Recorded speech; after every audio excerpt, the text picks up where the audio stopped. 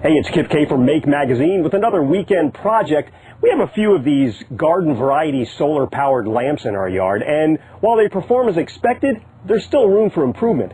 Well, today we're going to give this solar powered lamp a unique voice of its own on this week's weekend project.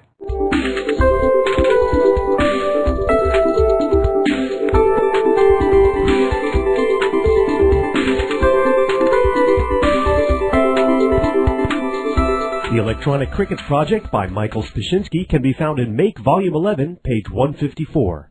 There are quite a few components in this Electronic Crickets project, and the circuit board is not for the timid. It's a pretty involved build with a number of resistors, capacitors, thermistor, a little audio amp, and some transformers, and you'll build it according to this schematic, which is also part of the PDF on makezine.com.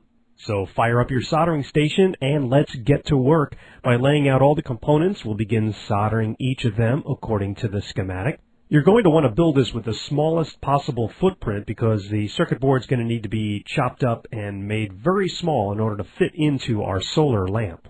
When it's all done, we need to get to our solar lamp, flip it over, and we've already removed the circuit board here because we need to locate the LED, which we will be removing and hanging on to because we're going to use that in our new circuit. Solder in two wires that are connected to the old LED location on the yard light because those are going to go to our new circuit positive and negative connections. We're going to use a small speaker for the output of our electronic crickets, and we're going to hook that up to the one side of the audio transformer. Then we're going to install the salvaged LED that we removed from the yard lamp and install that in our circuit. And the final step is hooking up the positive and negative lines going from our yard light circuit to our new circuit board. And we make our last battery connection to test it out.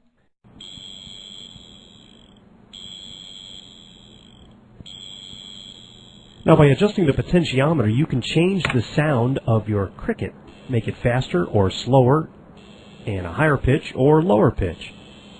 Gather everything together and install it in our yard lamp. I used some hot glue to hold the circuit board in place, and if the batteries aren't fully charged, you may want to leave it out in the sun for a couple of hours.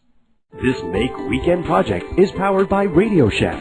Visit Radio Shack Invention Lab for more projects and exclusive videos, and the chance to win Radio Shack prizes.